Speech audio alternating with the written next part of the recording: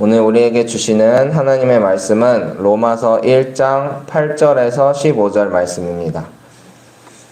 로마서 1장 8절에서 15절입니다. 신약 239쪽 즈음에 있습니다.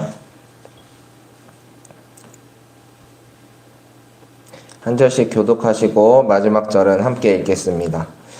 먼저 내가 예수 그리스도로 말미암아 너희 모든 사람에 관하여 내 하나님께 감사함은 너희 믿음이 온 세상에 전파됨이로다.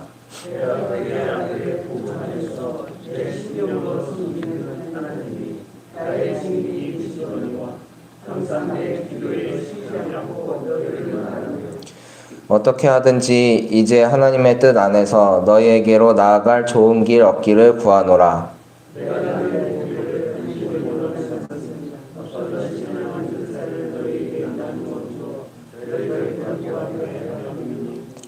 이는 곧 내가 너희 가운데서 너희와 나의 믿음으로 말미암아 피차 아니함을 얻으려 함이라.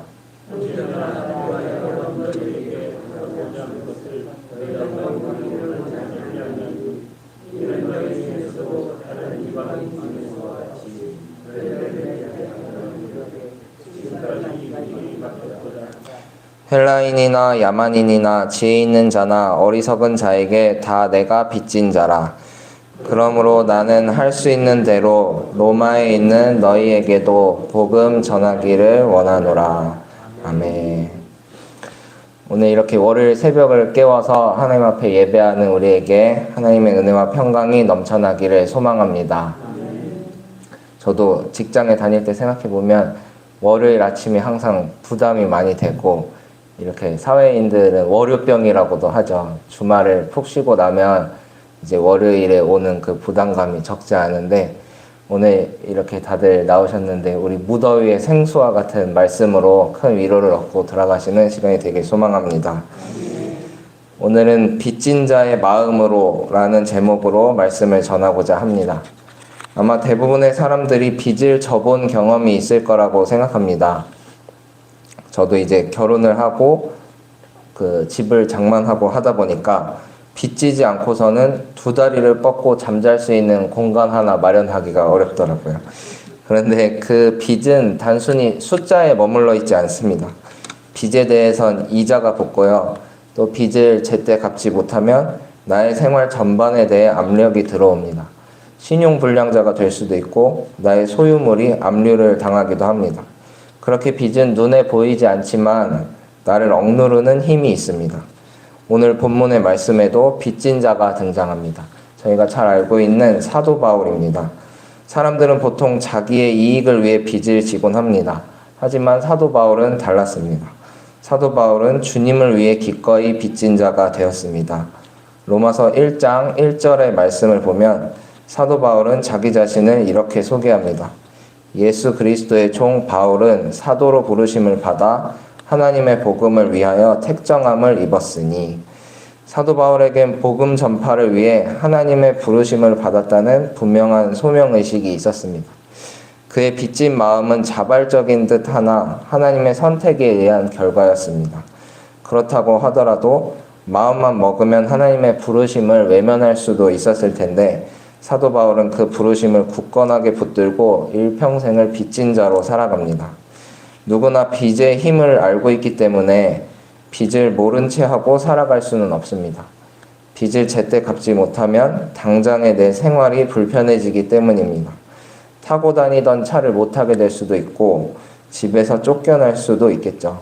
하지만 사도 바울의 빚은 다른 모양의 빚이었습니다. 육체적으로는 불편할 것이 없으나 영적으로 해결해야 하는 빚이었습니다. 사도 바울은 하나님의 부르심을 받은 자기 자신이 어떠한 상황으로 인해 복음을 전하러 가지 못한다는 사실에 답답함을 느꼈습니다. 마치 피부로 와닿듯이 육체의 빚만큼이나 영적인 빚에 부담감을 느꼈던 것입니다. 우리에게도 이런 사도 바울과 같은 영적 감각이 살아났으면 좋겠습니다. 하나님이 나를 선택하고 부르셨는데 내가 순종하고 있지 못한다는 사실에 대한 그런 영적 부담감, 그런 부채의식이 우리 안에 살아나기를 소망합니다. 우리는 사실 육체적으로 느껴지는 불편은 즉시 깨닫고 해결하려고 하지만 하나님과의 관계, 영적으로 느껴지는 부담감들은 쉽게 외면하는 경향이 있습니다. 그런 것들은 누가 뭐라고 하더라도 나 자신이 가장 잘 알고 있습니다. 말씀에 비추어 볼 때, 그리고 기도하고 예배하는 중에 느껴지는 것들이 있습니다. 하나님과 나 자신과의 관계에서만 알 수 있는 것들입니다. 사도 바울은 그 부르심에 즉시 응답했던 사람입니다. 그리고 일평생을 바쳐 복음의 빚을 갚기 위해 살았습니다. 내가 그리스도를 본받는 자가 된 것 같이 너희는 나를 본받는 자가 되라는 사도 바울의 요청을 따라 빚진 자의 마음으로 살아가는 우리가 되길 소망합니다. 사도 바울은 빚진 자의 마음으로 로마서를 기록했습니다. 로마서는 사도 바울이 제3차 선교여행 중에 고린도에서 기록한 것으로 보입니다. 그때 당시 로마에는 자생적으로 생겨난 교회들이 있었고 이 교회들은 로마에 거주하는 유대인들이 예루살렘의 절기를 지키러 갔을 때 예루살렘에서 복음을 접하고 로마로 돌아와 세운 것으로 추정이 됩니다. 유대 출신 그리스도인들이 로마에 세운 교회들이었습니다. 그러다 보니 교회 분위기는 자연스럽게 율법과 전통을 중시하게 되었고 유대인과 이방인들 사이에 암묵적인 거리감도 형성되어 있었습니다. 이런 상황에서 사도 바울은 이들에게 올바른 말씀을 가르치고자 했습니다.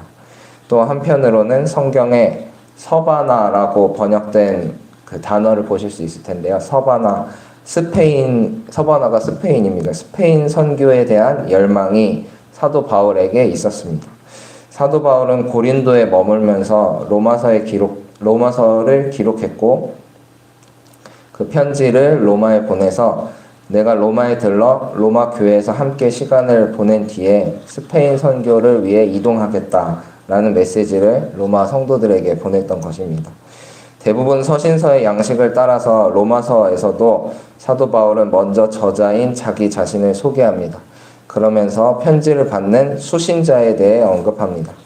나는 하나님의 복음을 위해 선택을 받은 사람인데 그 복음의 내용은 이러이러하다라고 하면서 복음의 내용인 그리스도에 대해 설명하고 로마 교회 성도들을 향해 너희도 그들 중에서 예수 그리스도의 것으로 부르심을 받은 자, 로마에서 하나님의 사랑하심을 받고 성도로 부르심을 받은 자라고 지칭하고 있습니다. 사도 바울의 관점에서 볼 때 하나님의 뜰 안에 들어온 자들은 모두 자신과 같이 부르심을 받은 자들이었습니다. 그렇기 때문에 바른 복음을 가르쳐야 했고 그들이 장성한 분량에 이르기까지 지도해야 할 필요를 느꼈습니다. 이어서 오늘 본문의 말씀 8절에서 15절에는 로마 교회에 대한 바울의 감사와 로마에 가고자 하는 바울의 소원이 담겨 있습니다. 바울의 서신서에는 대부분 인사말에 이어 이 감사를 전하는 문단이 등장하는데요. 바울은 종종 이 감사 문단을 통해서 편지를 받는 사람들의 상황과 편지의 핵심 메시지를 담아내기도 합니다. 사도 바울은 먼저 로마 교회 성도들의 믿음이 온 세상에 전파되는 점에 대해 감사를 표했습니다. 당시 대도시이자 교통의 요충지였던 로마에 교회가 세워짐에 따라 복음이 빠르게 확산될 것을 기대했던 것으로 보입니다. 그리고 9절 마지막 부분에 항상 로마를 위해 기도하고 있다고 언급합니다. 그러면서 10절을 통해 로마 교회를 방문하고 싶은 의지를 드러냅니다. 바울이 로마 교회에 방문하길 원했던 이유는 두 가지였습니다. 로마 교회 성도들에게 신령한 은사를 나누어 주고 또 그들의 믿음을 견고하게 하기 위함이었습니다. 그런데 11절 중간쯤에 보면 마치 신령한 은사를 바울이 직접 나누어 주는 것처럼 표현을 하고 있습니다. 하지만 이것은 여러 가지 문맥을 미루어 볼 때 영적 은사를 나누어 주시는 성령님의 대행자로서 그 바울이 영적 은사를 나눠준다 이렇게 표현한 것으로 보여집니다.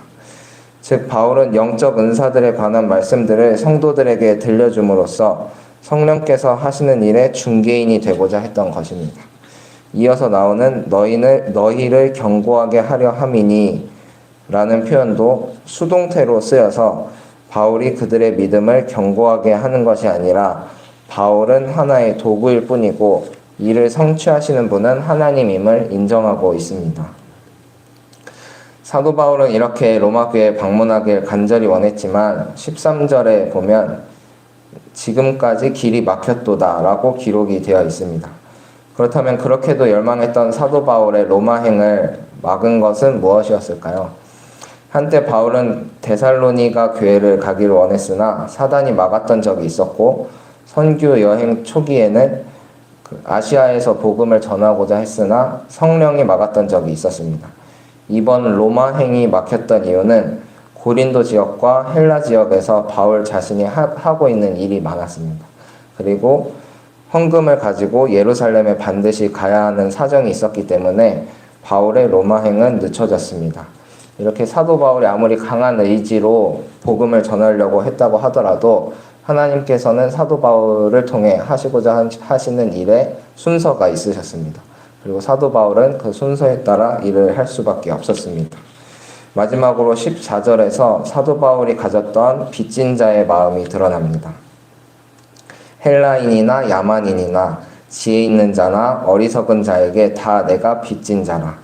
사도 바울은 세계 선교에 대한 자신의 소명을 깊이 인식하고 있었습니다.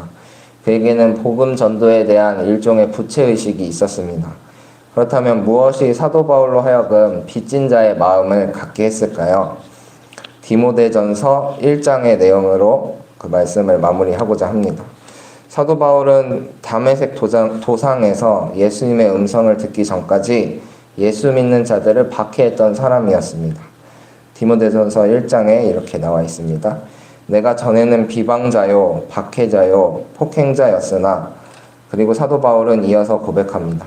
죄인 중에 내가 괴순이라. 그러나 내가 긍휼을 입은 까닭은 예수 그리스도께서 내게 먼저 일체 오래 참으심을 보이사 후에 주를 믿어 영생 얻는 자들에게 본이 되게 하려 하심이라. 사도 바울은 예수님을 만나기 전 박해자였던 자기 자신을 돌아보며 죄인 중에 괴수라고 고백합니다. 그런 사도 바울에게 예수님은 먼저 찾아오시고 은혜를 베푸셨습니다. 사도 바울에게 베푸신 하나님의 은혜가 사도 바울을 빚진 자로 살아가도록 만들었습니다. 사도 바울에게 오셨던 예수님은 오늘날 우리에게도 찾아오셨습니다. 죄로 가득한 우리에게 먼저 다가오신 예수님께 감사하며 사도 바울과 같이 빚진 자의 마음으로 살아가는 우리가 되길 소망합니다. 기도하시겠습니다. 하나님 아버지 감사합니다. 빚진 자의 마음으로 살아가길 원합니다. 주님의 뜻을 온전히 따르길 원했던 사도 바울처럼 저희도 주님을 따르게 하여 주시옵소서. 우리를 향해 먼저 보여주신 그 사랑을 기억합니다. 저희가 가진 모든 것을 드려도 다 갚을 수 없지만 순종의 길을 걸어가게 하여 주시옵소서. 사상 유례없는 폭염과 사회 곳곳의 흉흉한 소식들로 인해 나라가 어지럽습니다. 주님, 저희를 돌보아 주셔서 마음속에 있는 분노와 괴로움이 완만히 해결되게 하여 주시고 더위로 인해 건강 해치는 일이 없게 하여 주시옵소서. 정릉감리교회 다음 세대들이 깊은 은혜를 경험하기 위해 여름 사역을 진행하고 있습니다. 지금 청소년부가 수련회를 떠났습니다.